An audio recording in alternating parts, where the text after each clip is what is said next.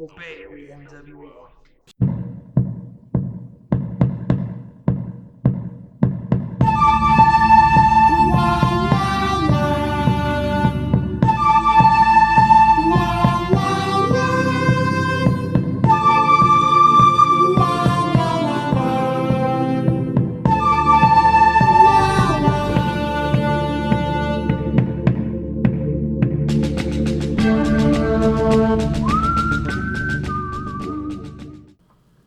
Welcome everyone to the Nerd World Order podcast. This is Loza, and joining me as always are my co-hosts and co-conspirator CJ. Hello. And Barker. Hello. The NWO is where we're trying to take over the world by spreading the weekly pop culture news from across different genres, which include movies, comics, TV shows, or anything that we consider nerd. The Nerd World Order podcast, our greatest in poop entertainment since 2017. Alright guys, welcome to the first show of 2020. CJ's gonna die. I don't think he's gonna make it out of the show over there. No, hopefully. Got a herpescephalitis. CJ's energy level is at like a 3 today. No, not even that. His normal level is a 3. Oh, he's at like a 1.5. It's like a negative 5. We're grading on the CJ curve. I'm very tired. I just worked all weekend, and I just got off work right before now. But he's taking one for the team. Yeah. Look at him. Yeah. He even struggled to watch TV. My God. Oh my God. Oh my God. Don't remind me, please. We have to move on. The curse of the world. But yeah, thanks everybody for listening. And I did it while lying in bed. You know the amount of concentration that took. Yeah, quite a bit actually. Yeah. My testicles grew 4 times in size. It's the Grinch in his heart, but it's my balls. There's this, sometimes when you're watching YouTube and it's just a random video will pop up to the side and you're like, I cannot not watch that. There was one where it said this guy had been living in his bed for 5 years. His mom takes care of him, and really all he does to get out of the bathroom is to poop. Even when he pisses, he has piss cans, and he'll eat from his bed, and legit, he has backstories because he's just on his bed all day, watches TV, and plays video games like that. Why though? Because he went through a really deep depression and just never got up. Wow. And Dr. Phil was yelling at his mom you're enabling him to stay in his bed all day, and I'm like, oh yeah, you're right, Dr. Phil, it's a good one. Fuck Dr. Phil. Poll question. Fuck Dr. Phil. Fumbarowski. That was a good impression, though. I'll give you that. Yeah, Points on that. Yeah. The best thing Dr. Phil ever did was give us Bad Baby. The audience a bunch of hoes? Yeah. Catch you aside, how about that? Now, how does that make you feel? You know he played football? D1 football? For Kent State. Fumbarowski. Hey, that's D1. You know who else went to Kent State? Antonio Gaze. Only basketball. He didn't play football in college. Yeah. Okay. Tony Gonzalez. We know that. Tony Gonzalez didn't play college football. Yeah, we know. Why are you Chris Collinsworthing right now? Jimmy Graham didn't play basketball. Now, here's a guy. See, this is just a basketball play. He just went up for the rebound. Don't even get me started on broadcasting either. I've had it with broadcasters. Why? Because they all suck. No, they There's don't. 2 good broadcasters: Kevin Harlan and Tony Romo. Just clone them, put them in every game. I'll be happy. I like what's his name from Fox? Joe Buck. Joe Buck. I like Joe Buck. Joe Buck's not bad. Yeah. He gets a lot of flack because he hates everybody's team, or he only hates your team, that kind of thing. He has one big problem though. What is okay, if there's an 80-yard run, say it's Dalvin Cook. All he does is Dalvin Cook, Dalvin Cook, Dalvin Cook. He just says his name and just gets louder. That's his only move. I think we're all in agreement. It has to be Booger McFarland. He's the worst. Booger McFarland's terrible. There's one time it was an offensive lineman. He's not the worst. He's like, now this lineman right here, he has to get that block. Yeah. Of course, that's what his job is. He's paid $1 million. He has to get that block right there. Booger McFarland said the word J.J. Watt every 6 words during that Texas game. He's become a meme on Twitter now where you point at the most... he's the new John Madden, because John Madden would do the exact same thing. But we love John Madden, and John Madden was Booger. great. I like Booger. No, he's horrible at it. He sucks. I'm sorry. Yes. He's not as bad as Aikman, but he's really bad. Aikman's the worst. Yeah. And Phil Simms was pretty bad. You know who's awesome? Gus Johnson. Yeah, whatever happened? I don't know. He does college. Yeah, but you never hear him on college ones anymore. Yeah, he does the main Fox one. Well, I never watched college. Okay. Because Fox is trying to kind of catch up their college football game like ESPN. So they have their college game day thing, and then their main noon game, and Gus Johnson always calls that one. I think the best with him is whenever they throw a deep ball. It's like going up top. It's like you're just excited, even if it's like over the wide receiver. You're still excited for that. What I like about Gus Johnson is they tried him out in soccer. It didn't work out, but it's like, hey, he broke his comfort zone and like was calling Premier League games for a while, and it didn't work out. But it's like, hey, like I tried Premier League games, you know, so, for sure. Good job, Gus Johnson. Poor question. And let's be real, I didn't post the ones from last week, so I don't give a shit. Wow. Who's putting in the effort? I am. Oh yeah. Who do you think you are? I am. Oh, the Pete Weber thing. That was ridiculous. I don't even get it. I don't even think he gets it. My dad used to like that guy. Like he used to go out of his way to watch that guy bowl. And now I want to make fun of him. Pete Weber? Yeah, Pete Weber was like a thing. Like, ask your parents. Well, it's probably a old white people thing. But I don't know. White people love Pete Weber. I'll just say that. Go ask some old white person. Do white people love Pete Weber? Old white people. Old white people love Pete Weber. Dude, go ask a random old white person and be like, "Hey, Pete Weber." You're like, I love that guy. Trust me, that's gonna happen. Who do you think you are? I am. Poll question. That's a great question. Who do you think you are? Have you seen that? Yeah. Oh, so great. That's fantastic. Wasn't he the same one that like lifted up like the trophy and it fell? I hope so. I think so. Yeah. Pete Weber. That's great. Okay. He was a white meme before white memes. Yeah. Yeah. All right. So since we don't have any poll questions, we do have beer of the show. We're starting over. Look, man, we fucked up last year towards the end of the year, and we're scrubbing brand new 2020. 2020 is a brand new year for beer. Okay. So I'm the first one to get beer this year, and it's something we've had before, but not officially till now. So this is the first time we've ever had it. Blue Moon Mango Wheat. All right. First beer of the show ever. Hell yes. Takes me back To the last time we had it. like a month ago. It was more than that. Good thing I already know it's delicious. See, look, I'm writing them down now.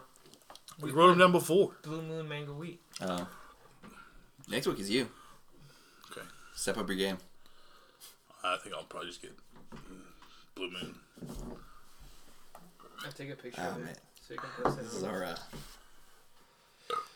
This is all the money It is that you guys great are sending us for creative content. It is really great. That is what we're doing. You have great taste. I'll give you that. Oh, We have a Betamax in here. Except This is for where your money is going to. this is your favorite beer, like Michelob Ultra, though. See, you get points docked. You drink Michelob Ultra. I have been in forever. Someone in your house, Jasmine drinks Michelob Yeah. Ultra. Well, but you married her, so it's a big problem. By law, technically, you Yes. drink Ultra. Okay. I don't mind it. It's just like water. I mean, if you Yeah, exactly. if you're dehydrated, just drink Michelob Ultra. It's like the associative property of being a douche. No, it's just having terrible taste in beer. It's cyclical. Like there's always a trendy beer. Like right now it's Modelo. Like that's the trendy beer. Even though I was on the Modelo fucking bandwagon We all were. for years. Because it was really cheap. Yeah, it was super cheap back in the day. Now it's like expensive as No, fuck. yeah. Yeah. And like, I used to drink Pabst way back, and then now everybody's like, "Oh, you got a twirly mustache and I drink Yeah. Pabst." Fuck 'em. I think you moved before that happened, but you remember where 5 Points is? Mm-hmm. They used to have that liquor store right there, and we used to buy like a 24-pack of Modelo for like $13. Really? Yeah, and now it's like you can buy a 24-pack for $30. Damn. I used to buy a 6-pack of Pabst for $5. Pounders. That's the only time I get to be a hipster and Wait, talk what? about 6-pack for $5? Pounders. That's pretty good. In Wichita when I used to live there. I used to walk to the liquor store. They used to know my name. Bloop. Hey, same thing. Drop $6. Let's go. I used to buy a 30-pack of this beer called Gold 30. Oh yeah, Excellent. $13. Really? Oh, that's probably the worst hangover ever. No, it was great. I Really? never got hungover. I was like, I didn't have any friends in Junction, so I just drank by myself, which is really sad, actually, now that I'm saying it out loud. But it was awesome. I would just get drunk and play Mass Effect in my basement. No, that I would do the same thing, but with an old Xbox 360, play NCAA all night, eat an entire large Little Caesars pizza, and kill an entire 12-pack of Pabst Blue, and then just like wake up the next day and it's like, oh, it's Saturday, I don't have anything. We have way more in common than we know, and it's already a lot. I'm never shameful I'm never embarrassed to admit that I've eaten an entire 12 or a large Little Caesars pizza by myself in like an hour. So. Oh, is that not? Do people not do that? I don't think so. Is that not a thing? No, that's totally not a thing. That sounds like Tuesday. That's yeah. What? He's like, 5 o'clock. That's a me and you thing, CJ. There we go. I'm down for that. I can eat one slice. That's about it. No, when Dustin orders food, it's great for me. Oh yeah, there's so much leftovers. Really? I'll buy like a big like Pizza Hut pizza. I'll have like 2 slices and he gets the rest. We really are like a great like tandem. Honestly, it works out really well. But it keeps me fat, which is a problem. So, it kind of sucks. Anyways, dude, cheers to that. 10-minute tangent. So we don't have any poll questions, but we are making it up for double the dose of Whitney, so we're getting double injected by Whitney this week. Yeah. Double dick down. Double dick down. You're getting twofer. I delayed listening to the last one until I saw Star Wars. During the trailers, I told my wife my 2 predictions. Palpatine was either dad or grandpa, and Kylo or Ren Lover.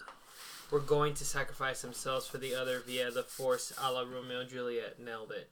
Kylo or Rey, whatever. I'll set you up for YouTube. Oh, I have the technology. Please don't. We have the technology. Infinity War vs. Endgame is fucking epic. I demand Thunderdome to decide the outcome. 2 nerds enter, 1 nerd leaves. Alright, you guys can be the 2 nerds.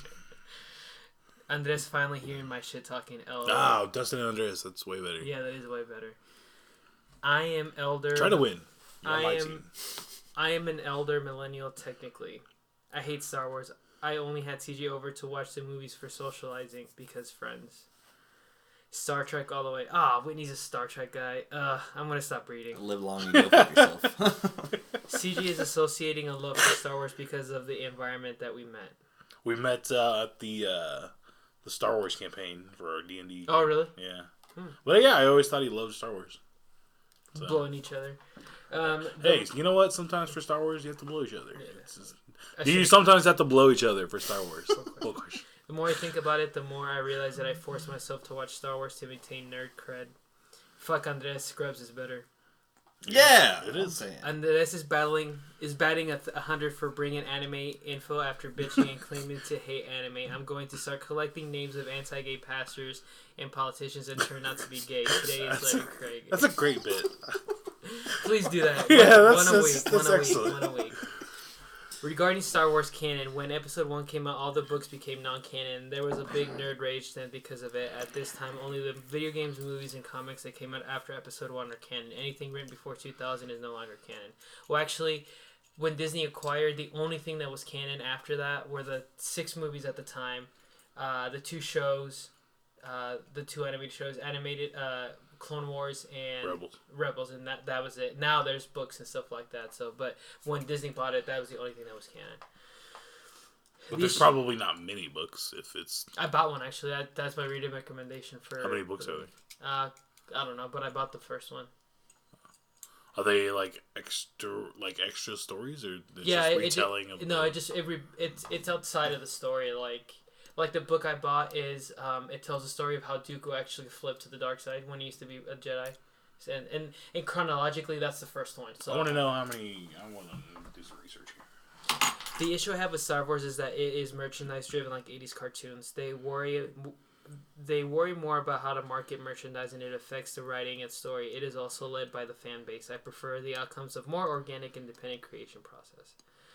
All the scenes with Carrie Fisher were CGI. It wasn't CGI aging. It was just a CGI person. She died before her film. No, the actual film, the actual scenes she were in were unused scenes from The Force Awakens. Yeah.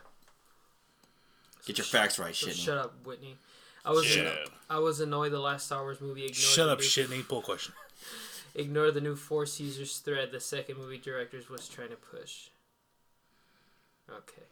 CJ says, Abel, you're asking a lot from the biggest movie franchise with the largest amount of money ever. How dare you ask Disney and Star Wars to actually put forth the effort to make a coherent storyline? The last Star Wars movie. Take a shot every time they paraphrase, if we fail, everything is for nothing. Damn right the Star Wars game is coming out for PC Master Race. 4K res at 90 FPS with 7.1. Yeah, that's beautiful. I started trailing off on that too. Shit your couch. I mean, you're not wrong, LOL. Oh, about that picture you posted? Yeah. Although with $300, you could probably build you a PC better than a console. I doubt it. How cute. Abel finally learning hashtags. I put hashtags on every question. I was gonna say. Since 2000, there have been a bunch of pop culture explosions. Hell, there was a Dungeons and Dragons movie of decent budget. It sucked, but it was a budget. I'm pretty sure you taught me about hashtags. That's a weird take. Role-playing games are my shit. Just finished DMing my 2-year campaign about a month ago. It was fucking epic.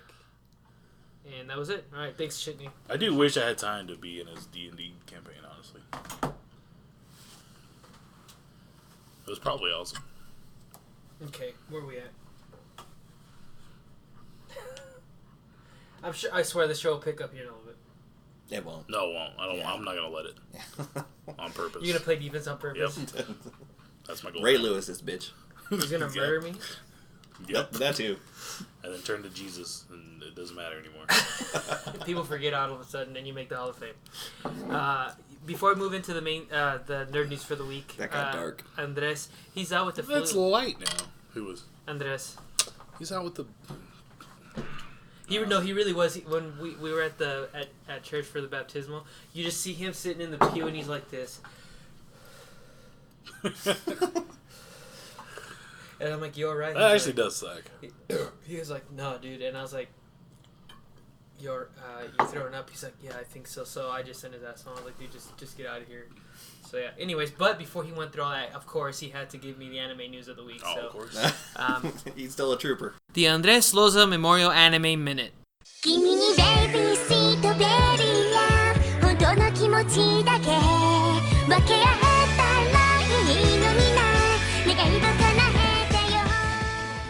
Vinland Saga just finished out its first season with one of the most shocking finales of anime, not just for 2019, but perhaps ever.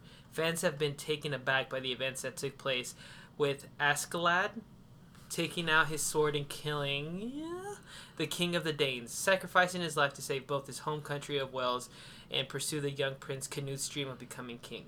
One of the biggest reasons as to why Askeladd's death was a surprise was the fact that this completely derived Thorfinn's from getting his revenge after the older Viking had killed his father Thor's. With Thorfinn dedicated his life to bringing honor back to his father and his family, he joined Askeladd's troop of rampaging Vikings, improving his fighting skills and consistently challenging the man who killed his father. There you go. Wow. I can't believe it. It's crazy. That's a crazy show. Boggles my fucking mind. It's insane. Yeah. All right. Probably never recovered. No. This weekend... Let's see, where should we start? At the beginning. Number one. Yep. There are rumors that Dracula is going to come out in Moon Knight, which is pretty fucking dope.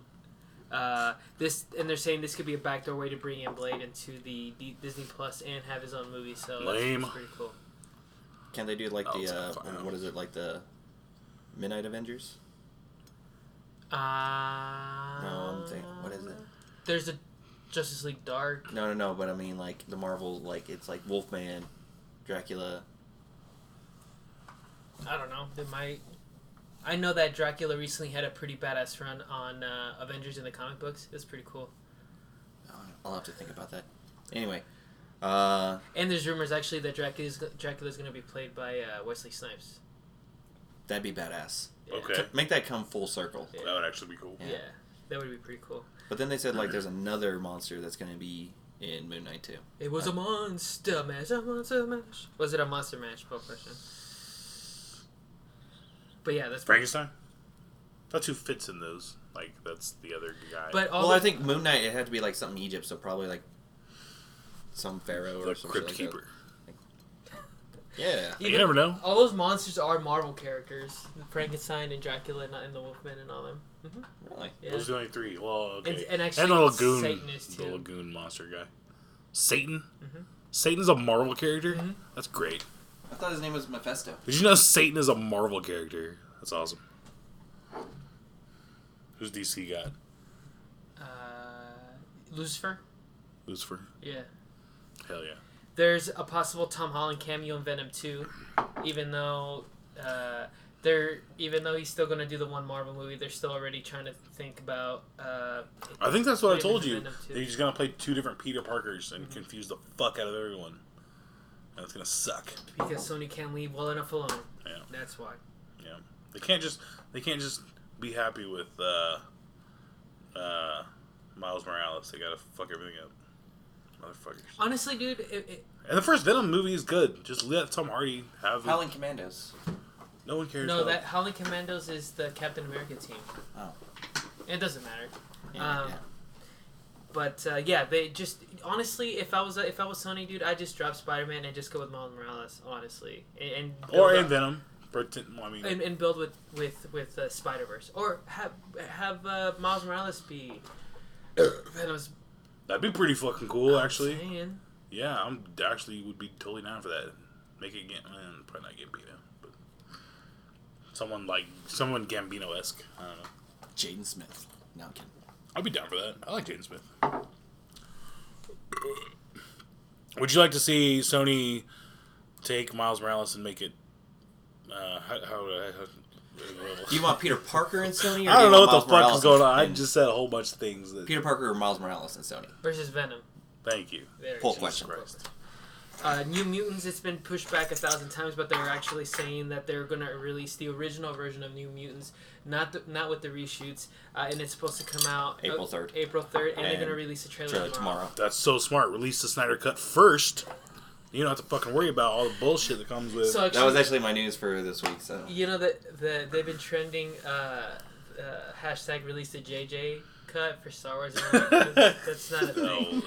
That's funny though. Every controversial movie now is gonna have release the whoever directed cut. That's really funny. I like that. That's a good controversy. Although Tarantino says he's going to release a 4-hour cut of Once Upon a Time in Hollywood. Holy shit. So I might actually get all the stuff. Release the Tarantino version. You might get your version. Yeah, you might get your version. I'm cool with that.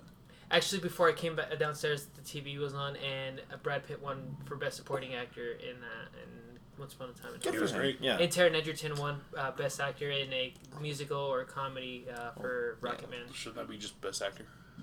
Well, there's in the Golden Globes. There's two. There's musical and comedy, and then there's drama. Drama. So. Yeah. Who won it for drama? I don't know. I came downstairs. Oh. All right. So we're breaking news. Well, not necessarily. Kind of. When you listen to everyone's breaking it now. Everybody that's not on the West Coast. Well, right now. Or everybody that is on the West Coast. This is breaking news. If you losers were listening to us live, you would know that we're badasses. Let's see. WandaVision was... Mr. I'm tired, but fucking honestly, you're already... WandaVision was moved up a year. It was supposed to premiere 2021, and it's moved down now to 2020. So it's still going to be the Falcon and the Winter Soldier first, and then WandaVision, but they moved it up almost an entire 6 months because they're moving up fast and they're pretty confident with what. Does that mean it sucks so bad they're trying to get it over with? No, I don't think so. I think that maybe it does. They don't have any movies right now, so I think they're pumping up their TV shows to kind of correlate with the movies. I think my theory is also just as valid. I think it's not. It sucks, and they want to get it done over with as fast as they can. I think they need to get more people into the MCU. I think that I read an article that talked about devil's advocating. The X-Men rumored in like certain shows, and who was it? Beast? Well, it's supposed to be in WandaVision. Really? Through Sword. Now you know what? Fuck all this. I'm on MCU strike until Taron Egerton is Wolverine. I'm done with Marvel. I'm tired. No, you're not. You're announcing it right now. I was gonna say announcing it right now. No. I want Taron Egerton as Wolverine, or else I'm out forever. There's no way in hell that's happening. I hope it does, but I'll stop drinking if that happens. It's happening. That's not gonna happen. It's happening. Endgame is it for me. And we don't get Kansas news very often, but did you hear? She played a 2-bit part in the first Captain America, one of the Stark girls, but she was living in Kansas and killed her mom. Did you hear about that? Who? No. Molly Fitzgerald, 38, an actress whose screen credits include Marvel's Captain America: The First Avenger, has been arrested facing the accusation that she fatally stabbed her mom, her own mom. Who is she? Molly Fitzgerald. She would have been in the background of the first Captain America when he was going around from... the USO tours. Yeah, and she's one of the ones that kissed Captain America on the cheek. And she killed her mom. What's her name? Molly Fitzgerald. Molly... It was very clickbaity when I saw Captain America star kill his mom, and I'm like, what the fuck? You know what? I'm going to look into this. Yeah. Tommy Lee Jones killed his mom. Tommy Lee Jones kills mom. She was already dead. You don't know. You're just stabbing a coffin. Tommy Lee Jones is old as hell. Dude, I know of a son, daughter combination, and he's 71, and his mom is like 98 and still alive. I'm saying, Yeah. I work with a guy who's like, he might hear this, but he's We're like, not talking shit. He's like 68, and his parents are still alive, drive around, yeah. They're cool. It could happen, that's all I'm saying. Tommy Lee Jones might have killed his mom. I'm not saying he didn't. You know what? You heard it here first. Tommy Lee Jones killed his mom. I'm sorry. We're breaking news. Please don't. Tamara Lee Jones. She rest in peace. She was great. Tammy Lee Jones. Yeah. You can't get this anywhere else, people. No, you can't. I'm sorry. You really You have to pay money for this. Who else is making accusations that Tommy Lee Jones killed his mom? His 101-year-old mom. Do you know that he didn't? Do you know that he didn't? I don't know. Me either. This just turned into 48 hours. Well, shit. It deserves to. It's a cold case. That shit is bullshit, though. On Unsolved Mysteries. Tammy Lee Jones. I was just shown a video that was like, liberal kook says people should ask consent to change their baby's diapers. It was totally not that. It was like she wants to start teaching her daughter at an early age about consent. So it's like they totally fuck up those headlines. Douchebags. Are people who fuck up headlines douchebags? Poll question. Yes, poll question. All right, TJ didn't have any news, Barker. You said my news about the New Mutants. So. Okay, so perfect. So before we head into the main event, we do have some Florida man news. Florida man violently punches gas pumps, car wash drive-through, and trees after argument with girlfriend. So there you go. See, I feel like that was downplayed. That was probably worse than it actually made it sound. Yeah. Every time I hear about Florida man, I feel like the story is way worse than we actually think it was. Some Twitter went in on some lady because they were saying how actually Florida isn't that bad. They're not any more weirder than any other state. No, but bullshit. Florida does a good job of reporting all the news, and I'm like, no, Florida's fucking weird. Florida's pretty weird. Man dies of overdose on meth and gets eaten by an alligator. Where the fuck is that else gonna happen? Like, come on. Alligators are a big part of that. I'll give you that. Just their general Floridiness. Yeah, it's true. Alligators contribute a lot to Florida. Or it's like something crazy, like man sets box of donuts on fire in the middle of a street because daughter dyed hair pink. Something like that. Yeah, it highly contributes to Florida. Guy says needles in his asshole aren't his. That's actually a real one. Yeah. Fuck that guy with a needle. What was that one where I think it was a couple weeks ago? You were like, he killed somebody over a box of fried chicken. Florida man. Yeah. I'm surprised Florida man isn't dead. That guy's been everywhere. I've done a lot of stuff. On Twitter one time, I said that I was gonna write a Florida man script, and I had some high interaction of people were like, "You should totally fucking do that. That'd be fun." Just combine a bunch of Florida man stories and just make him that one guy. You know, like the urban legend. He's fucking Jeepers Creepers. That's a movie way to be written. Copyrighted. You can't take that. I already said that publicly. I think you probably have to live in Florida to make that movie. No, you don't. I've been to Florida. It's the same. Oh, shit. You're right. We've been to Florida. Yeah, we got this. I forgot about that. All you have to do is go for a week. I forgot about that. That's all the qualifications you need. I forgot about that rule.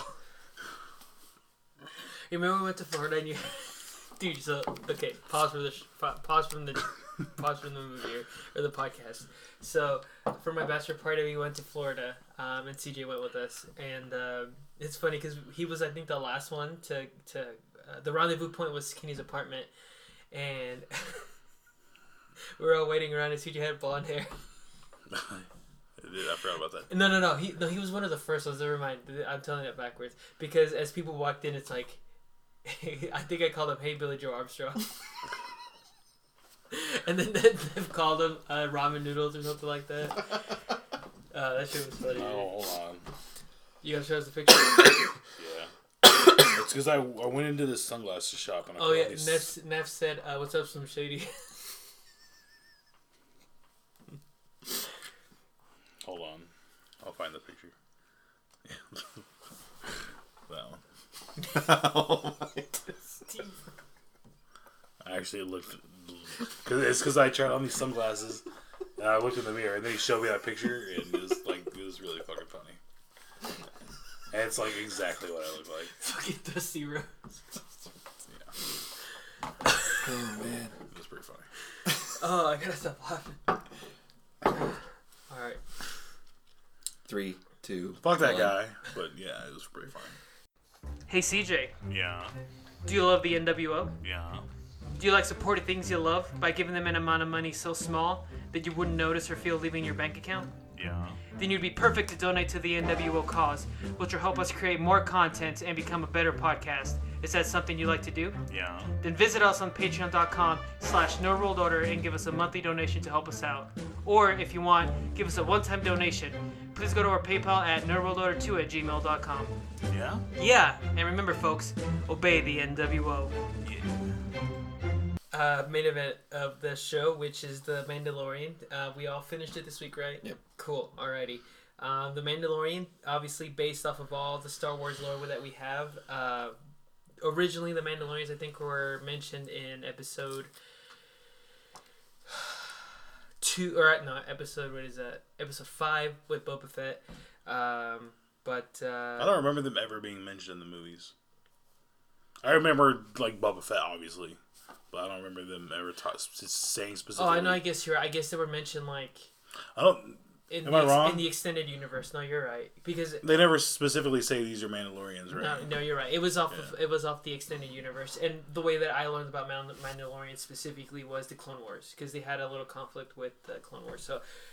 it's cool that we're getting Mandalorian shows because I think they're way awesome, and Boba Fett was not way awesome. So, but starring in the show is Pedro Pascal as the Mandalorian, Din Djarin, Carl Weathers as Greef Karga, Werner Herzog as the Client, Nick Nolte as Quill, Taika Waititi as IG-11, and Gina Carano as Cara Dune. So those are the main ones.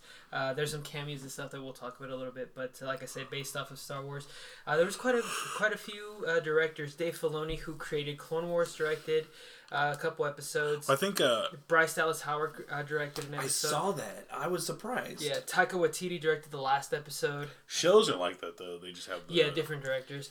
Deborah Chow directed a couple episodes, and she's the one that's going to be show running the Obi-Wan Kenobi show when they do that. Rick Famuyiwa directed episode 2 and 6, and he directed the movie Dope, and I fucking love that movie. That's a really good movie. So those are different. John Favreau. John Favreau. Jim Favreau wrote it. Well, he created it. He directed, but he didn't. Yeah, he directed one. He directed the first episode. Yeah. What I saw is that Dave Filoni directed the first one. Oh. I know Favreau did. Okay, well then we'll give it to John Favreau. John Favreau. But John Favreau directed the first one, wrote the entire thing, and show ran the season 1. So and he's Happy Hogan. So. He's Happy Hogan. You know what? For being that many different directors, it's pretty cohesive. Yeah. Which is pretty cool. We can talk about that here in a little bit. Yes. Obviously, no box office, no score, no cinema score, no box office. Okay, so CJ, give us a quick synopsis. Give us a quick synopsis of season 1. Fuck. Okay.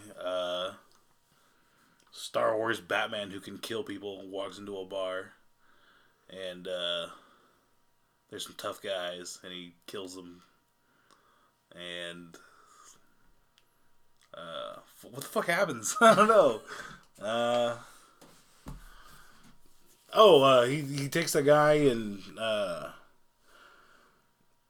what does he do? Puts him on the ship. Then Brian Posehn picks him up, and they hang out for a while.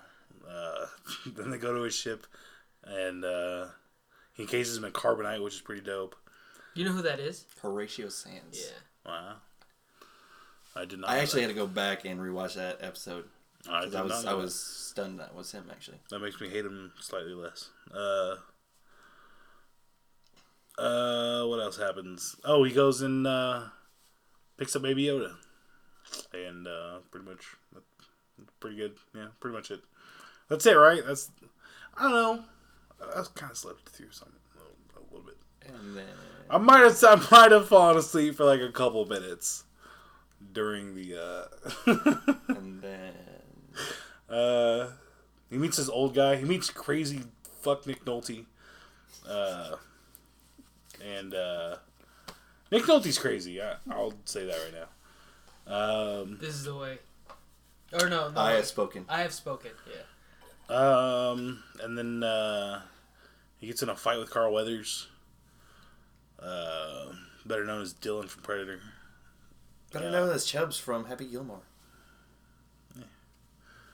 And then he goes to some other planets and hijinks ensue. That's pretty much what happens. So basically, yes, to kind of cut the fat from CJ's synopsis. It was just episode 1, and then like 2 seconds of I feel like that was very efficient. No. The Mandalorian is a bounty hunter, as most of them tend to be.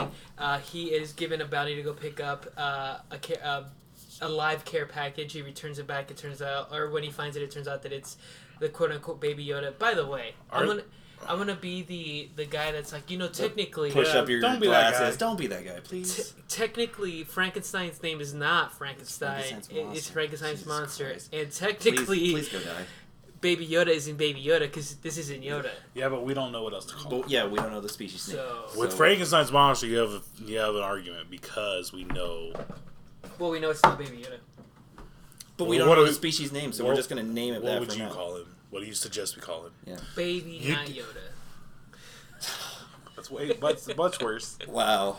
I mean, I get it, but it's much worse. Here's the problem with people who come up with problems and not solutions. You're one of them. That's the problem. No, he's not wrong. Because I've heard that same argument. It's just like, okay, so what do we call him? Well, I don't know. Well, then shut the fuck up then. The child. Call him the child. That's what they do call him the child. Well, okay, we'll call him the child. I don't want to. Why not? Because there are other children. There is other children. Well, he's Probably, the child. I assume so. Do other children Oh, he's the have one, Force? though? He's the one. Yeah. Any other children have the Force? No, I don't think so. Some might. They don't. They could. Maybe that's the species name is Yoda. Everybody's just named Yoda. Maybe the species name is Yoda. Prove the species name isn't Yoda. There was a female Yoda, and her name was Yaddle. You just said it's a female Yoda. And her name was Yaddle. That sounds like horseshit. No, it's not. I swear to God. Watch. Let me Google it. That sounds like if I had to guess whether or not that was horseshit, I would guess yes. That's. I feel like you just free range that, like female Yoda. If I were picking horseshit out of a lineup, I would pick. That's not a baby Yoda. That's a female. That's a lie. Where is she from? Star Wars Episode 1. Nah, I don't believe it. It's horseshit. Yaddle. It's literally right there. Where was she in Star Wars 1? She was on the council. Yeah, I feel like that's false. Feels like Yoda in drag. Feels like some sort of reverse Mandela effect type situation. She was in the movie. She's canon. I don't believe it. I don't buy it. Okay, so... Do you believe that Yaddle was in Star Wars? I'm not buying it. Okay. So then initially... You know how like some people think like the Patriots still haven't lost? I don't buy it that there was a Yaddle. I want you to Google it. Yaddle. Because Google will also say the Patriots lost. They did lose. Did they? Was she? All right. First initial thoughts on the Mandalorian season 1. It was really good. Yeah. Yeah, I liked it. Yeah. There's a couple. I do have some beefs, but they're few and far between. Generally speaking, it's a really good show, and I think it's probably one of the better non-movie canon things that Star Wars have done. So, Barker? You know, as a person that's not really a big fan of Star Wars and has not really like got into the whole universe and everything that, I really liked it because it still kept to the subtle references that just, first day Star Wars people, can actually understand. But then you still kind of have that intrigue of, oh, what's this? So then you have to go back and like figure that out and everything. All in all, I thought this is a great series, for streaming. I really enjoyed it. We'll get into it here in detail in a second, but this is the shot in the arm I think Star Wars needed, especially after 2 controversial movies that split the fan base in half. And The Mandalorian, I think, for the most part, brought the fandom back together because I still have yet to hear anybody that like completely trashed it. I don't know. I don't want to be on the same side as like half of those people. Well, I understand what you're saying. You know what? I don't like it anymore.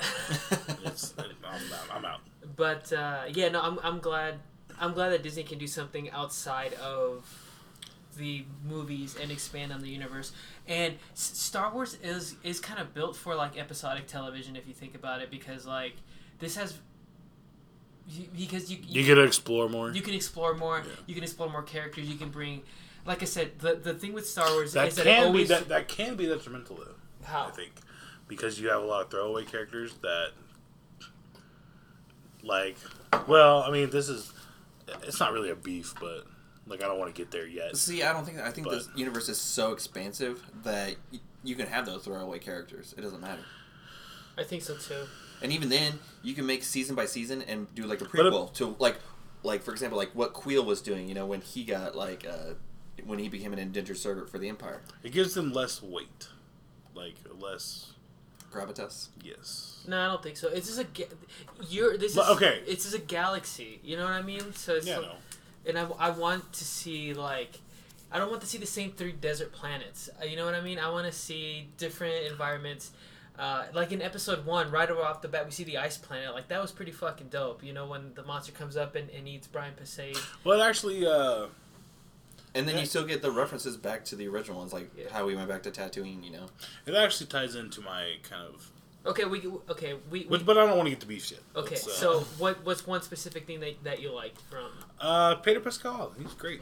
Yeah, he's really good in that. I mean, like... What about your... You can say that... degree of difficulty, he got to hide behind a mask the whole time. Okay. Okay, which let me kind of branch off of there, so I don't forget that point. What did you think? Because I can't think of the last TV show or movie where the main character was covered up the entire either movie or first season, except for maybe the 10 seconds that we see his face.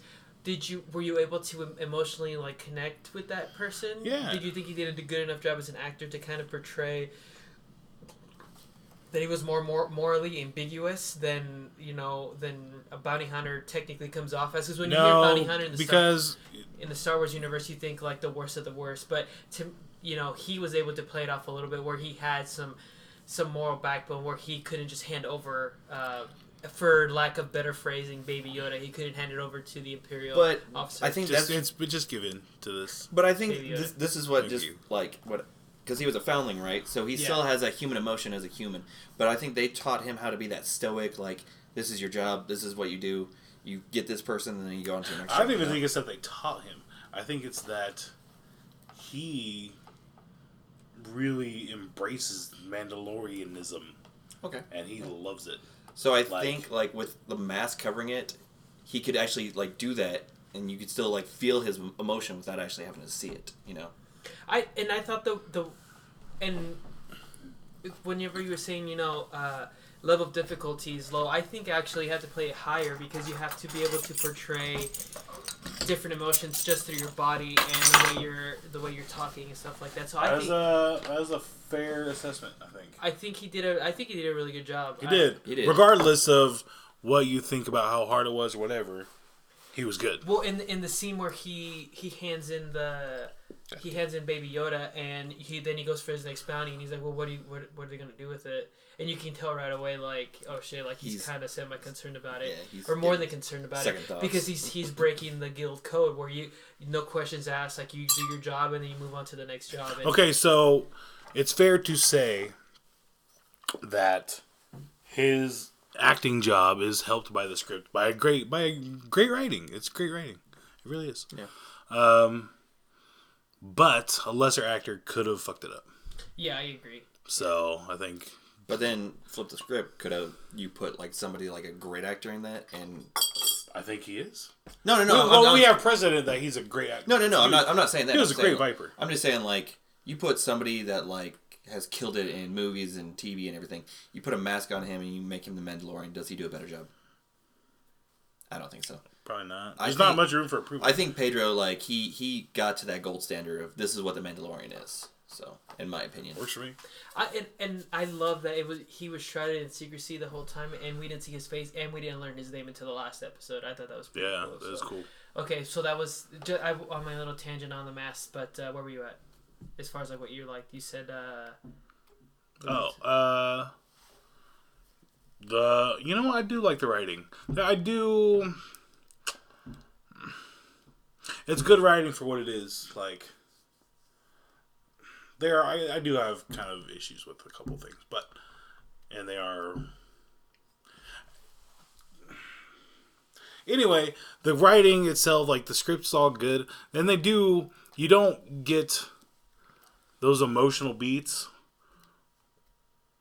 without writing, because they probably went through like the process themselves, right? They were like, they had these meetings before they ever had this fucking show even come out. They were like, it's going to be really hard to convey these messages with a character. Our main character is going to be hidden the entire time. It's going to be shrouded in all secrecy. It's going to be difficult. How do we put these things across? And I think probably took a lot of thought how to do that, and a lot of good writing. First off, in contrast, we've seen shows with shitty writing that could not have pulled this off. And in contrast to what we talked about, the Rise of Skywalker, or this last trilogy, where we didn't feel like, me specifically, didn't feel like it had like a direction it was going in, as far as like one main thread for everybody. Well, I felt this one did. It had a main thread for everything.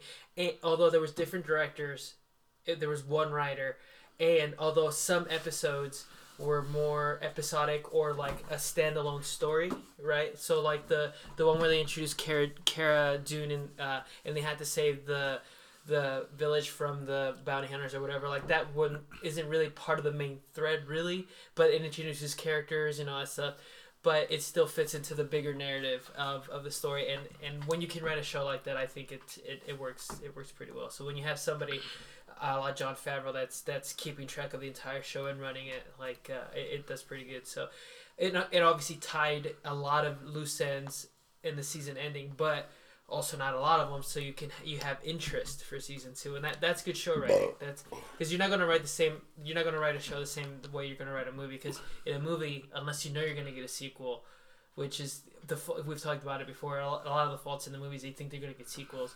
But in a TV show, you're leaving yourself open for a season 2, where in movies you try to have everything ended at the end of the movie. So for sure.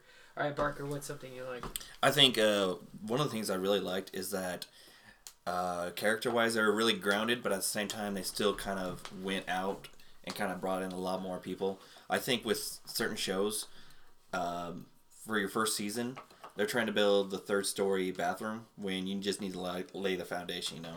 And the fact that, you know, like you said, they kept with like Quill and Cara Dune and Carl Weathers, you know, and IG's like those people, but still you kind of got what's his name, Marth Gideon, and then Werner Herzog and everything. But like you could still introduce more people, but focus on this season first, and then try to kind of branch out from there. So I kind of liked how they were more granted with characters, like we're gonna have this amount of people, but we're going to start slowly moving out, and then you can see the different species of different planets, you know, and you can kind of go from there. And with the whole guild and everything, that you can go forever, since it's a whole galaxy, you know. There's billions of bounty hunters out there, so. What I specifically liked from the show, it's in the same vein as Rogue One, is like that. Not only does it kind of expand away from the main storyline, but it also shows like the grittiness of like the underbelly of the underworld, specifically, and it doesn't have to tie necessarily with the Empire, although the main guy that's after him is from the Empire. It kind of shows like this guy just jumping from planet to planet trying to survive, you know. We get to see the rest of the universe, or not the rest of it, but some other parts of the universe, and I just like when this universe is so massive as far as like world building, that I'm just glad we get to see more of it, and that you get to introduce new characters that we don't necessarily know what's going to happen, because when you do prequels, you kind of know what's going to happen, you know. I like this time period too, because anytime they write a comic or a book or anything like that, it tends to stay in between episode 3 and 4. And this is after episode 5. Oh, which I forgot to mention. This takes place 5 years after Return of the Jedi. So that's pretty cool. The fall of the Empire. The Empire isn't as... they're not the dominating force anymore, but there is still remnants of it. I mean, it's a galaxy, right? Or a universe. How would you put it? So it's between episode 5 and 6. 5 and 6. Oh, okay. Yeah. Yeah. No, it's a galaxy. No, in between episode 6 and 7. in between Return of the Jedi and Force Awakens. The galaxy fell, or the Empire Okay, fell. yeah. So it's like this galactic empire fell, but you're still gonna see remnants of it because it's so massive. Because it's so big, and it's not that far removed. Yeah. So. Sorry, I didn't mean to cut you off. I guess no, you're good. You have to call it a universe. I know. That No, it's not. It's a galaxy. It's no. It is the Star Wars universe, but the universe in that is the My Little Pony universe, or it's the but they operate within a galaxy, which is I don't want to do this again, but it's a galaxy. Yeah. Okay. So what is one specific beef that you kind of had with it? Okay, so my thing that I liked was the writing, and the thing that I don't like is the writing. Specifically that it does get episodic, and I don't like that. Because I think you have to... For me, personally, it just builds a lot of fat that you can cut off, and it makes it... Like, this could have been a movie. Honestly, it could have been a movie, and it would have been a really good one. The Mandalorian, the movie in theaters, that would have been a badass movie. We all would have went to see it, and it would have been fucking great. And they would have cut off all that, the Bill Burr stuff. You didn't need that. You didn't like the Bill Burr stuff? It's not that I didn't like it. It's that you didn't need it. It felt out of place. No, I think, obviously your opinions are objective and all that, or subjective, I should say. But I like that. I like that you see you see kind of an extended adventure. Well, it does have an asterisk. I could end up liking it if they tie it together in season 2 or something. But it just seems so ancillary. Like the situations have. Okay, what I like is a cohesive narrative that like ties things together. Like this is actually this is interesting. Matt Stone and Trey Parker, not people you would expect to have this kind of thing, but they are very good storytellers. And in Trey Parker, one of the ways Trey Parker learned how to write is when you can start turning ands into buts or becauses. Like it takes separate situations, and this happened, and this happened, and this happened. But once you can turn that into this happened because this happened, but also this happened, it's like they affect each other. Once they tie in together better, that's better story writing than just having this happened and this happened and this happened. Does that make sense? No, it makes sense. So they're not tied. They're so you think separate. Between the episodes are ands and not buts or because. Right, and I don't like that. Okay. I don't mind it as much. If they get back, because they're gonna get better, right? They're gonna figure out how to write it better, and so I'm actually hopeful, or optimistic, that season 2, they're gonna have a season 2. Yeah. He already tweeted out that there's it's a confirmed. season 2. Yeah, they're I'm actually fairly optimistic that they can correct some of this stuff, and not even necessarily correct it, but like call back to it and have whatever. But like, for instance, I don't like that. What's the planet that they saved the guys from? The Raiders. They saved them. Oh, it's like the not orcs. Yeah, I know what you're talking about. Yeah. It has nothing to do at all with the team that were going in to break out the prison guy. And there's nothing leading up to the prison guy, you know. I think just give us a little taste of a little something. I will counter that by saying that you write that episode because that's how you introduce Cara Dune. That's how you introduce that character. Who else Cara Dune? Gina Carano. Gina Carano's character. Who else? The one with the She girl. She was okay. She was the shock trooper. Yeah. Fair enough. So that's how you. But why do you write the other one? The jail one? For his past. His past. Because you don't really get much of his past. He has a past though. with Xena. You don't really and get then her that. brother. Yeah. And then the guy with the beard. But it sucked. They're dead. What does it matter? But I mean, they talk about. But it doesn't matter. Well, no, I think it matters. But no, she tells a story about how he like mercilessly killed people and he was like loving it, even though he had to do it. But we already knew that. We've seen him murder. They didn't tell us anything we didn't already know. But here's the thing: he doesn't like kill people just for fun. He's doing it for. No, it doesn't lead to the future either because they're all dead. In that episode, it shows him more. Spoiler alert. Well, this entire show. Spoilers.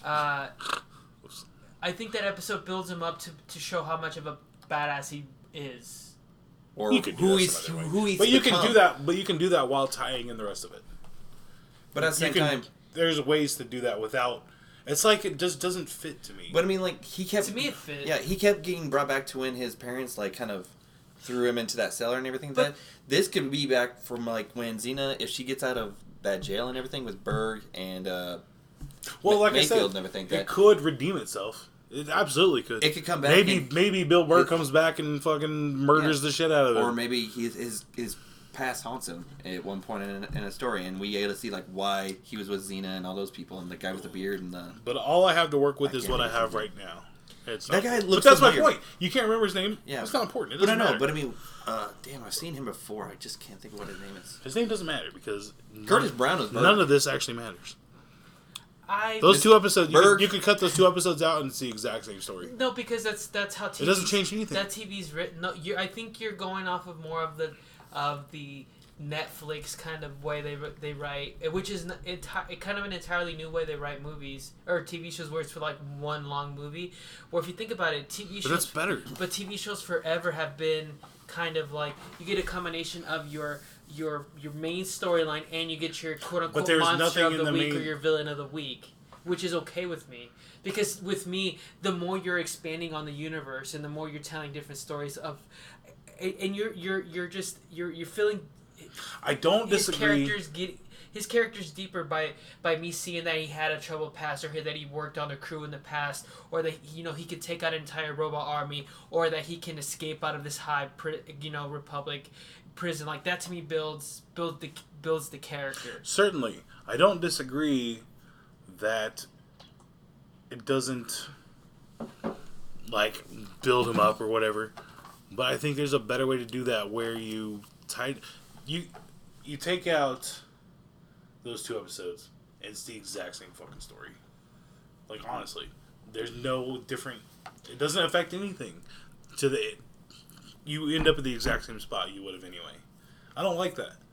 It has to have consequences. There are no consequences to anything so far. Granted, there are no consequences to anything that happened in those 2 episodes. I don't like that. I wouldn't argue that that's how he met.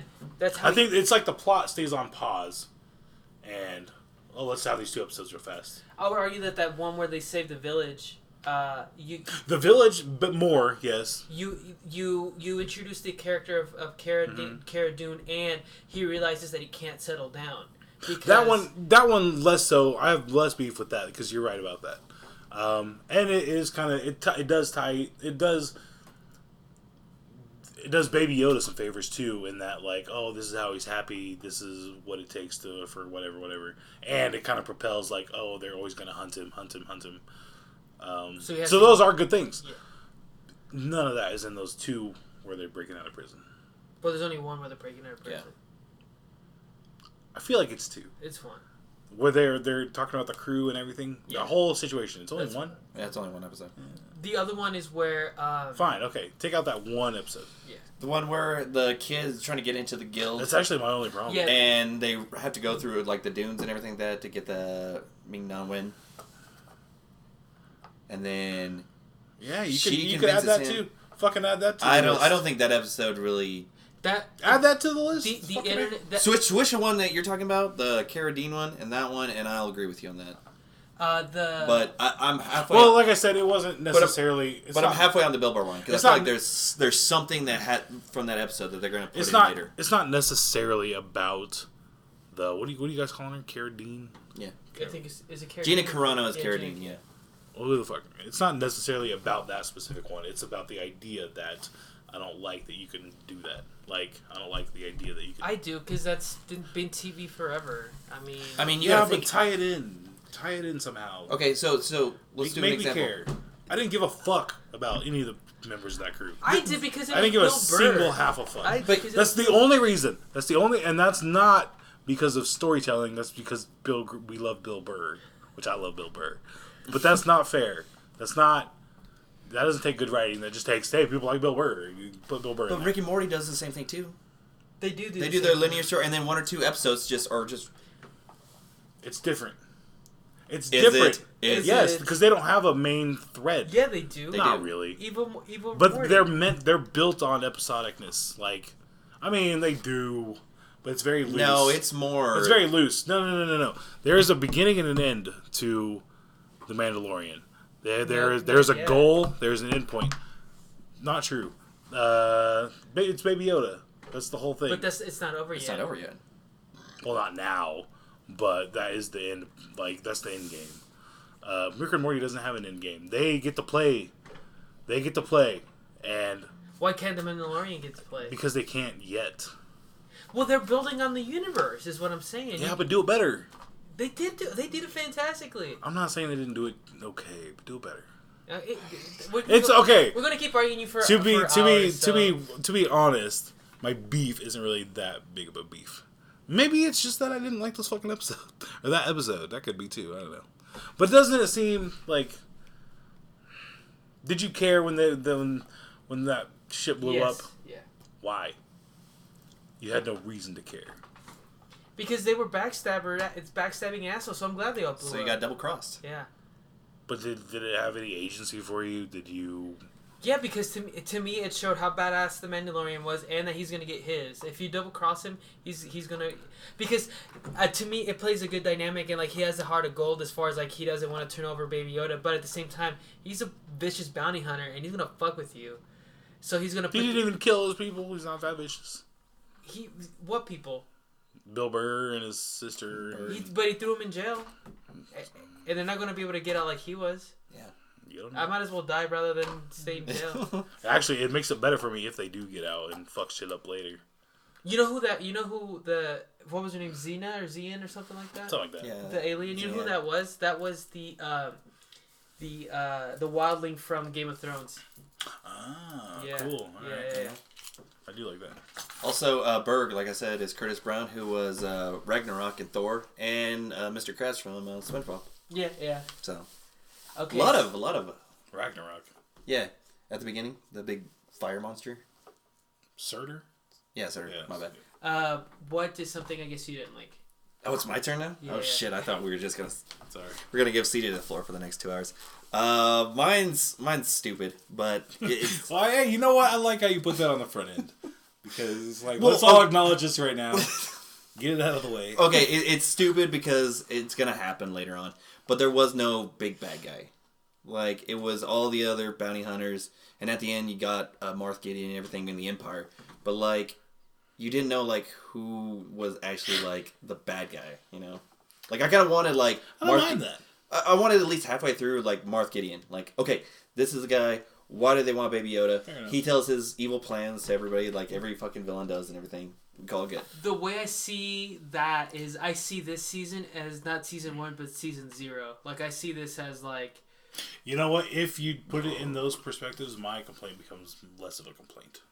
So season 2 is going to be season 1. To me, in the your way I perspective. See it. This is world building. Like, it introduces new characters. This is the tutorial. Yes. Before you start level 1. And now we know that season 2 is going to be Moff Gideon chasing after them while he finds Baby Yoda's background. Okay. Yeah. So, but like I said, like I know, like season 2, they're gonna start putting even more into it. But like at this point, it's just like, oh, that's a bad guy. Yeah. Oh, that's a bad guy. Oh, who the fuck? Like, I want one person to cheer against. Just to play devil's advocate a little bit, I don't disagree with you because I think they should have put a little bit of Moff Gideon in before, or at least more of the Empire. Because the first part of it was the Werner Herzog, but you only saw him for 2 episodes, and he wasn't even really that villainy. Well, that's the argument I would make. It is the Empire. The Empire is the villain. Yeah. And this show is relying on you having a little bit of knowledge, Star Wars. Yeah. But at least like personify it. At least now there's a person behind there's a face behind the Empire. It's Moff Gideon. I generally agree with you. I think they should have given us a little Moff Gideon beforehand. Exactly. So, like I said, mine's stupid, but I know in season 2 it's going to start. Stupid. Everybody has their thing. My thing is, I know. Yeah, that's a perfectly reasonable. Yeah. I know. I just spent 20 minutes arguing with CJ about his thing, but I think for the most part, all episodes are pretty strong. But there's one or a couple of them that are not bad, but they're like it's like, kind of like on my phone kind of thing. The village episode I thought was a little weak, and then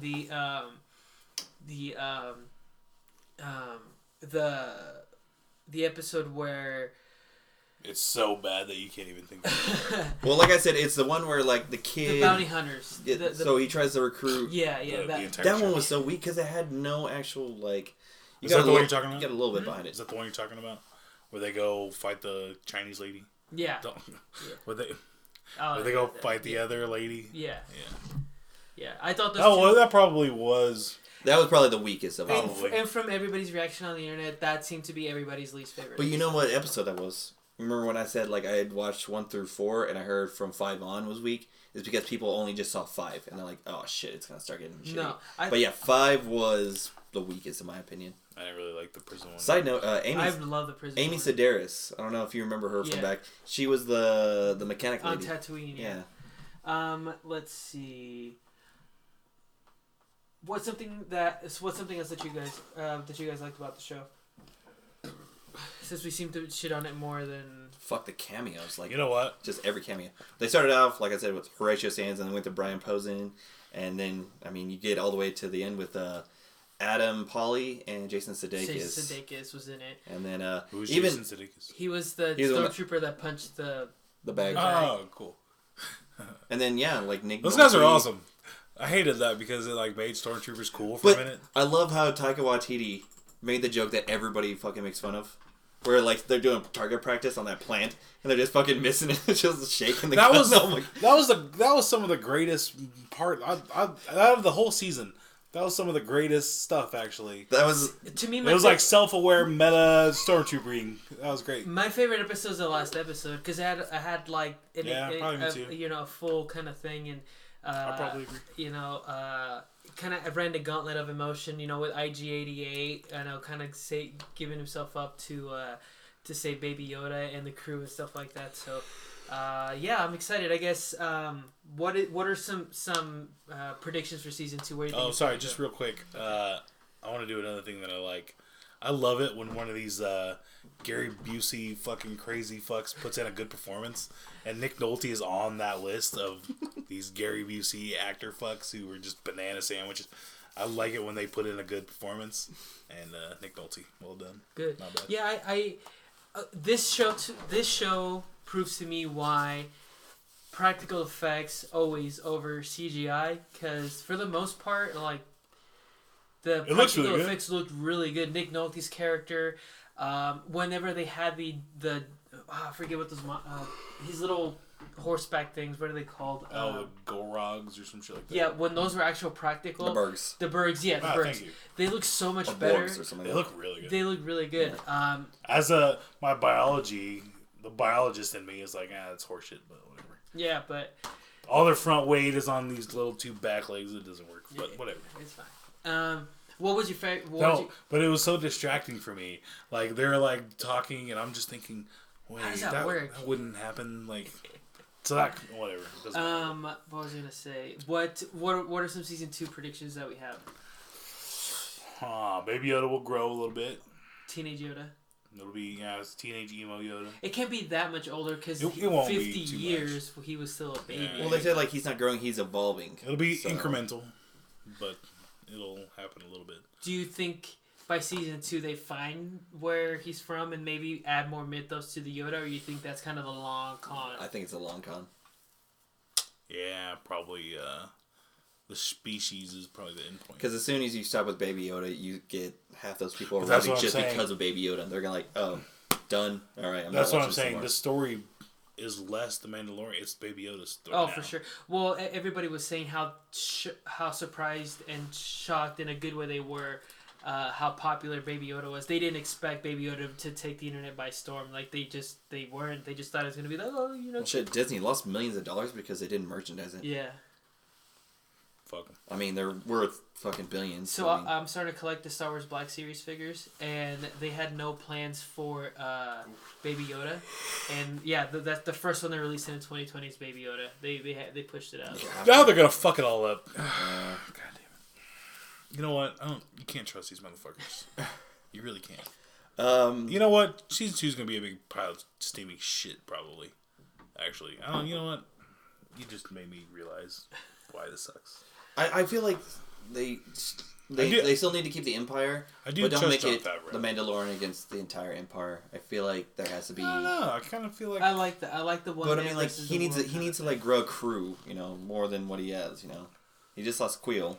I don't know. He still has Carradine, but I mean, for the most part, he has nobody anymore. I feel like it'll be more the Mandalorian versus Moff Gundren or whatever the fuck his name is. Moff Gideon. Yeah, Gideon. that's... Which Giancarlo Esposito, Yeah. really great actor. A lot of Breaking Bad feels, because he was the bad guy in Breaking Bad. What I really, really enjoyed about this is the Western is, the Western is a very, it's kind of gone by the wayside as far as, like, they don't make Western movies anymore, hardly ever. Maybe one a year or whatever, hardly ever. But the themes in this show are Western. And you kind of very Western. felt it at the beginning when he walked into that cantina, and you can hear, like, his spurts. I don't know if it's the spurs or like his like Beskar steel metal like clinking, but like you hear it when he's walking. It's just like this kind of has like a Western kind of feel to it. Well, not only that, every time they play the end credits, the music, the score, I should say, which is completely original, is very Western. Like go back and listen to the end credits, and they have the oil paintings and stuff. It's very Western like, and then just the idea of like this outlaw. Him against the Empire, and he's taking this child and stuff like that. And actually, the guy that composed the score is Ludwig Göransson. He did Black Panther, Creed, and he did the last Gambino album. That's how I know him. So yeah. Cool. All right.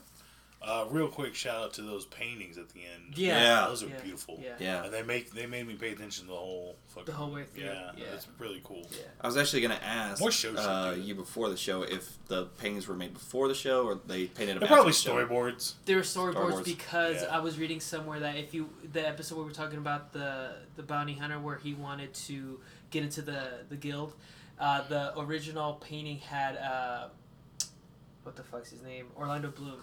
So he was supposed to play that guy. Oh, okay, I could see that. Yeah. But I'm sure he was too big for that. Well, but they were just great images. Yeah. Like, Bill Burr's one looks nothing like him, so I was like, yeah, they casted him totally different. So I guess this brings the question of like what this show is released on a weekly basis every Friday for 2 months because there was 8 episodes. So people kind of kept talking about it. Do you prefer that or kind of the Netflix model where they release them all at once? It depends on the show. Do you think you would have enjoyed this more or less or the same if it was released all at once? I binged it, so it was a question for Dustin. Who also binged it actually. Semi-binged. Never mind. Semi-binged. But if it would have came out every week like it did, and I started it, I would rather it be every Friday. I'm just one of those people I want to sit on it. I want to see what's gonna happen. Like I want my own theories first, and then I want to see what happens after that. I think that makes it more fun. I really liked it. I really liked watching it weekly, and to me, The Mandalorian was able to stay in the pop culture conscious for a lot longer. Baby Yoda memes out the ass for 2 months because people were watching the show, making memes or whatever. If this show was released over the weekend, Baby Yoda's a thing for maybe 2 weeks, and then nobody gives a shit anymore. But because the show came out once a week, and people kept talking about Baby Yoda, and people talked about how good The Mandalorian was.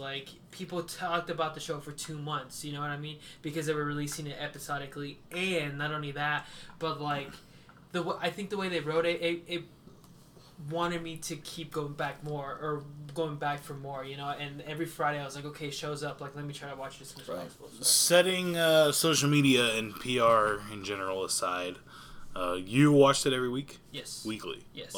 I watched the season. How they wanted you to watch it. Yeah. Okay. I'm going to say something and you tell me if I'm wrong. I think the only... Okay, what are the benefits of watching it week to week. Right? A thing happens. You get to sit Rhetorical question. Yeah. A thing happens. Sorry. A thing happens, and it's almost like a cliffhanger type feel, right? The only thing, or there's at least a minimum suspense that draws you to come back next week. The only time I can think of that even happening is where he, you could say where he takes Baby Yoda, right, back from the client, which is episode 3, I want to say. Yes. Yeah. And oh, it's the same. I'm thinking of the same episode. I was gonna say the one where he fights the whole guild, but it's the same fucking episode. Yeah. Yeah. Okay, so one episode. Okay, but my question is, well, you know it. That seems to be the only episode like that, right? Where he finds Baby Yoda, because you don't know what the fuck's going on. So Yeah, that's he just one. he okay. kind of starts reaching out. Okay, but either way, that's 2. One. Okay, that's 2. 3 is when when Cara Dune shoots the guy that's gonna shoot Baby Yoda. So you're kind of in like, okay, what's gonna happen next? To a lesser. And then episode. Now, because he's flying off, it's not really like imminent danger. And then or episode anything. 7, where they take Baby Yoda, the two. Okay, that one, yeah. Yeah. I'll give you that one. Yeah. But like that. Okay, that, episode 2. that kind of goes more than where some are episodic and and then more episodes are kind of the. But that's what. But that my point is, it's not necessarily better. PR and social media, yeah, of course they make up for this lost ground that I'm talking about. But as far as just the show itself, it's really not that. I think so, because I don't think it makes it a slog. Because if you're like, for this show, right? Okay. If I didn't, if it was a little bit. If we're like, this week, CJ, we're just gonna talk about whatever, right? And you're watching the Mandalorian on your own accord, and it's like, oh, I can watch maybe one every couple days or whatever. I bet you enjoy it a lot more than you having to sit through 8 30-minute episodes. You're probably right. Yeah. You know what I mean? Yeah. So I think by giving yourself some time to breathe, because these are only 30-40-minute episodes. So you watch 30-40 minutes, you get ready for the next, so I think it allows a show to breathe a little bit more. I just think of I just compare it in my head to like Game of Thrones or Watchmen, which have far more of like, it's like let it breathe. It has like, there are, like I said, it depends on the show to me. Like, there are shows that it doesn't fucking matter. You can watch I read an article. I've never seen Orange Is the New Black, but they say if you actually go and watch that like episodically, it fucking sucks.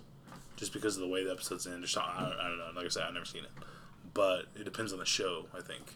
Well, and the Mandalorian to me has more of the qualities that would make it bingeable. See, and one of the things that I've always hated about binge stuff, because watching a lot of like series on Netflix, is they put out season 1, so you watch all 10 episodes in 1-2 days, and so you're watching season 2.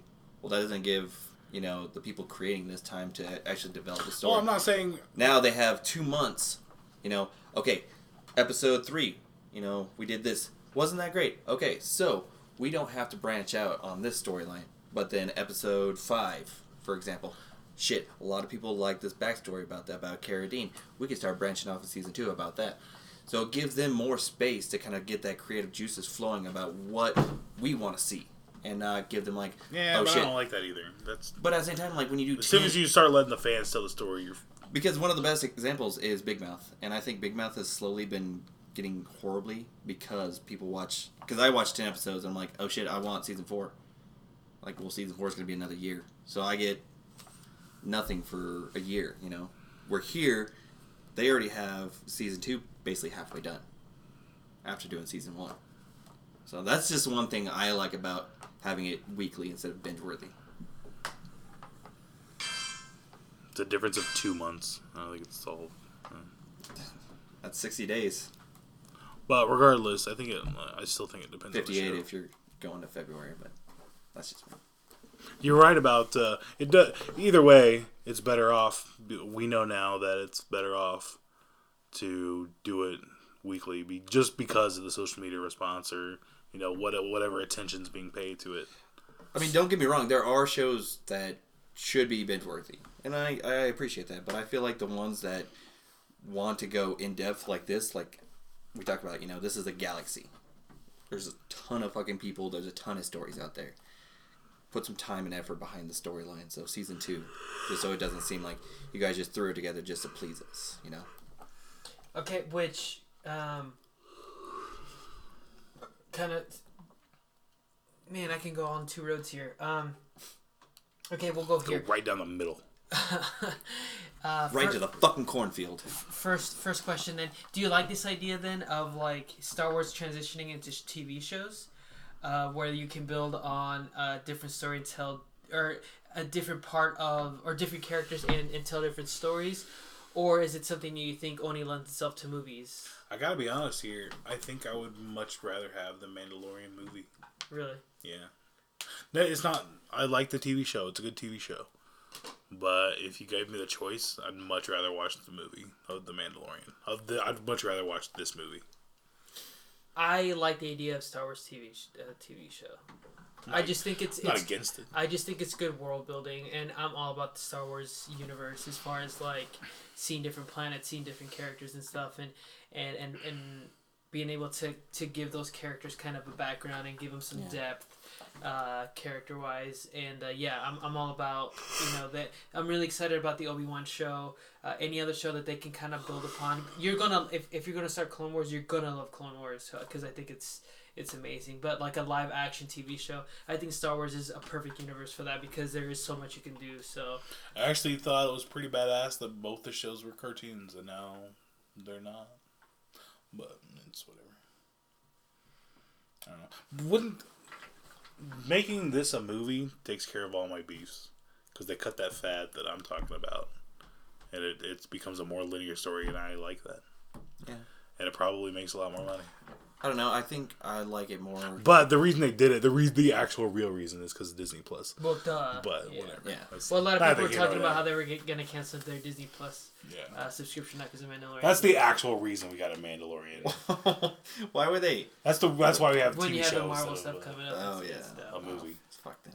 I agree with Abel. I think TV shows because nobody wants to see Guado the movie. What is Guado? He's from Phantom Menace. He was the green guy. Oh, yeah, but they wouldn't make that a movie. You don't know that, I do know that. So they probably make the Mandalorians a movie. Probably a lot less money to make a TV series off of that. What do you think about? Well, actually, make your point. Sorry, do whatever the fuck. No, I'm done. I'm just saying. You said you had 2. Oh, so the other one is because we were talking about like marketing and stuff. So that was going to bring me around to Baby Yoda. Specifically, what did you think about him in the as the character in the TV show, and then 2, what do you think they were gonna do with him? Because I have some theories, and I don't think they're theories. I think it's pretty spot on that they were gonna try to clone him, and use the Force, or try to mine the Force out of him. Yeah. Yeah. But okay, so then what do you think of him as kind of like the supporting actor? I guess really. He's a little badass. Yeah. I think it's awesome that he kind of knows that he has a power and he kind of uses it for like when he needs to. He doesn't just pick up an apple, like when he's about to get killed by like that mudhorn and everything that he saves him. I thought there was a cool idea there. He's an infant, right? For whatever purposes of his species, whatever. He's an infant, but he also has like the mental capacity of having been there for 50 years and like having lived for 50 years, and he has, like, you can tell there are experiences behind decisions, I guess. Mm-hmm. Like, he knows when, like an infant, you take an infant, a human infant, they're not going to know they're being kidnapped, or, they're not going to know bad guy over here. He did. And it's probably the 50 years of intuition built up. And that's a cool thing to see. It's like, I think they paid attention to it. I really do.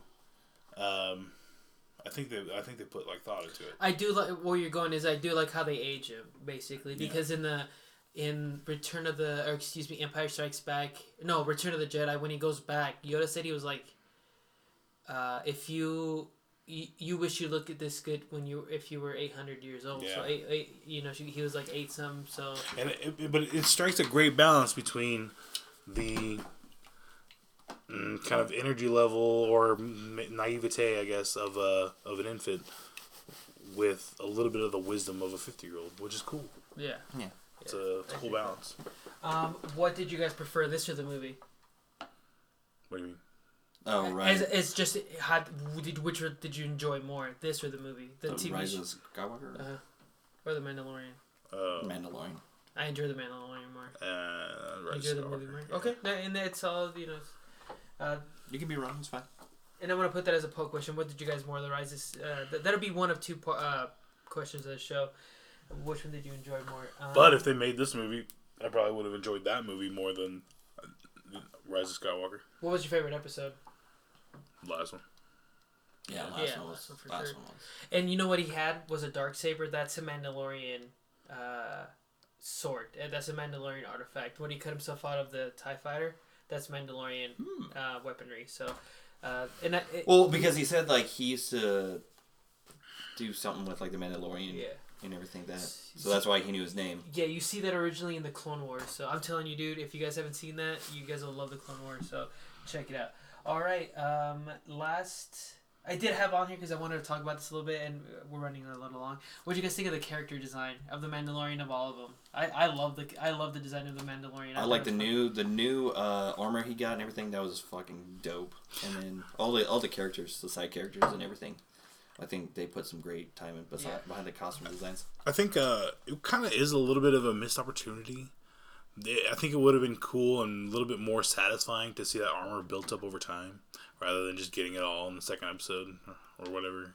But I like the idea that he did get all of it because he had all the treasures in the world, and he turned in when he turned in Baby Yoda, but it still wasn't comforting. You know what I mean? He would still have rather sacrifice everything to try to get Baby Yoda back because his moral couldn't. he didn't really sacrifice anything. He already had the armor.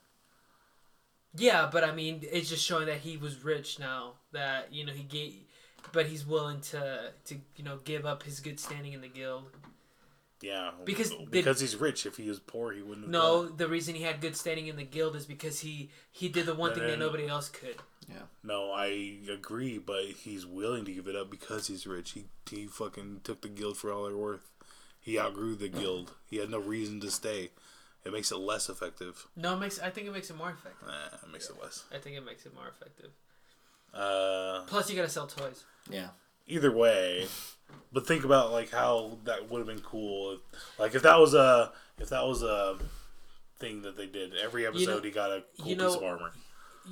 For every one of you, there's one of somebody else that's like, I hate it when Daredevil only got his costume at the end of season 1. You know what I mean? So it's not necessarily that I am upset that he got his whole costume. The costume looks badass. He looks badass the whole entire season because of it.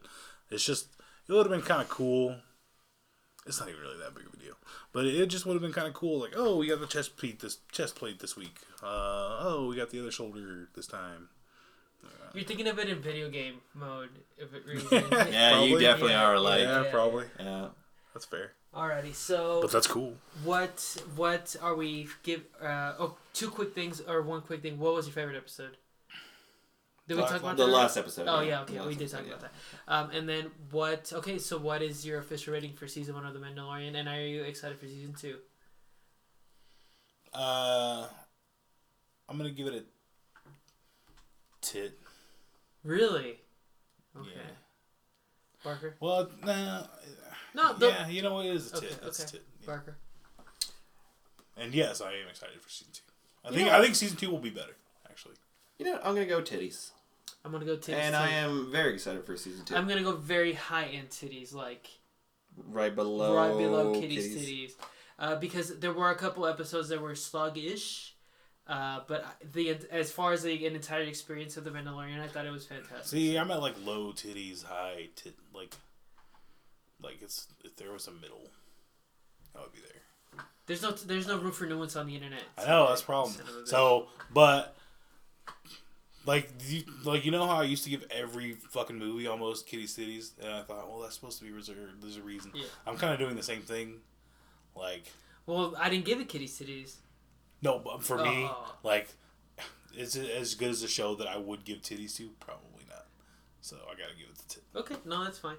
Alrighty, and I am also excited for season 2. So, second question of the show is, what did you guys think of the Mandalorian? I want this to be Pedro Pascal's star turn, even though the Viper kind of was a little bit, but I want him to get a lot of work. I like this dude. Yeah. Right. So. Well, he was in the second, Kingsman, and he's going to be in Wonder Woman 84. So he's got some work coming. Good. Yeah. And he's in one of the Narcos, I think. Yeah, he's in Narcos. Yeah, I don't watch Narcos. Yeah, me either. Okay, so next week's show, I don't know yet. We'll figure it out, and when I figure it out, I will let you guys know. Is But it playing? what are you guys reading, watching that you guys want to recommend? You want to recommend something? So if you guys listen to this week, which hopefully you do, tune in to your CBS station on Saturday afternoon. Knew it's coming. You're gonna watch the embodiment of disgruntled Cowboys fandom go to Kansas City and hopefully lose to Patrick Mahomes. And even if you take my Chiefs bias out of it, you still got to watch two of the most badass, most electrifying quarterbacks in the league play against each other, which is dope in itself. Who did the Chiefs play? The Texans. Oh, okay, yeah. Yeah. Texans won the first game, right? Yes. Yes, they did. In Kansas City. And technically, it's if you go back old school, it's Texans against the Texans. Mm-hmm. Yeah, so you got a little bit of intrigue. You got some star power. I am recommending Kansas City. Texas wins. First Texans. That is the worst recommendation I've heard. That is a pretty bad one. Tika Barker. I don't give a fuck. I really don't have one. After the Mandalorian, I started going back into the animated series. So whose is better? In Me Disney. who had one or him who doesn't Can I have finish? one? Can I finish? Can I finish? It sounds Can I like you finish? are Can I finished. finish? Can I finish? Can I finish? Sounds like you are Can I finished. finish? Can I finish? X-Men the animated series. Halfway through that, You started with saying I don't have one. but I kind of do. X-Men animated series. The old Spider-Man one, like from the 60s, I started watching a couple nights ago. So yeah, get on Disney Plus. There's a lot of shit on there now. It's awesome. My recommendation is I'm just about done with Watchmen. I'm like down to the last 2 comics in that. So once I'm done with that, I'm going to start Star Wars Dooku Jedi Lost, which is technically the first chronological book in the Star Wars new canon. And it kind of tells the story of the face turn or the heel turn of Dooku from Revenge of the, or excuse me, Count Dooku, but he was Count Dooku into Lord Tyrannus when he turned into the Sith. So yeah, I'm excited about that, and I'm going to read that once I'm done with Watchmen, so we can talk about that as soon as possible. So, Cool. But yeah, I bought that for like $15 at Target. So Nice. I'm going to read that. So 2 good recommendations. You can shoot 'em. If you guys have any suggestions or comments, let us know on Twitter, Facebook, or Instagram. You can find us personally on Facebook and Twitter. CGMFA. Okay, do you realize your recommendation? They would have had to have this recommendation for this whole episode to make any sense at all. Everybody Your recommendation knows- sucks. knows You to watch- basically told them all, hey, Everybody knows to watch I'm going to Ravens recommend and our Titans. podcast that you're already listening to. That's essentially what you did. At Barker375. At Saint_Able45. You can find the show specifically on Spotify, Google Play, iTunes, Libsyn, Stitcher, Apple right. iTunes, anything like that. Any aggregator, go ahead and listen to us. Buy some merch on TeePublic. Hopefully they'll do a sale here soon. I'm trying to put the new logos on TeePublic so we can get those out as soon as possible. If you guys want to donate on Patreon, if you guys do $10 a month, I'll buy you guys a shirt, and you guys will be part of, and you'll get a shout out on the show. So we really Thank you, appreciate Mauricio, that. for doing that. For a while. You should do it again now that we're doing a new episode. We really appreciate it. Forget I said that. Yeah. We are doing a tip jar at nerdworldorder2 on PayPal, nerdworldorder2@gmail.com. So if you're like, hey, I really liked you guys' insightful conversation on The Mandalorian, here's $10. I would really appreciate that. Thank you very much. So go ahead and do that as well. And I think that's it. Do you guys have anything else? Yes. Thank you to Eddie the Enforcer. Oh, yeah. What else do we got? Your nephew? Julian. Julian? Cameron's bought a shirt. Mauricio donated for a while. Good job to all those people. Yeah, anybody who's ever donated or bought a shirt or anything like that, it goes straight back into the show, so we really appreciate it. Most of you guys have one more shirt than CD does, so. Yeah, that piece of shit. Yeah. I am going to get one. Yeah, right. All right, guys. I think it's funny though, you know. But don't forget, obey the NWO. Obey. Bye.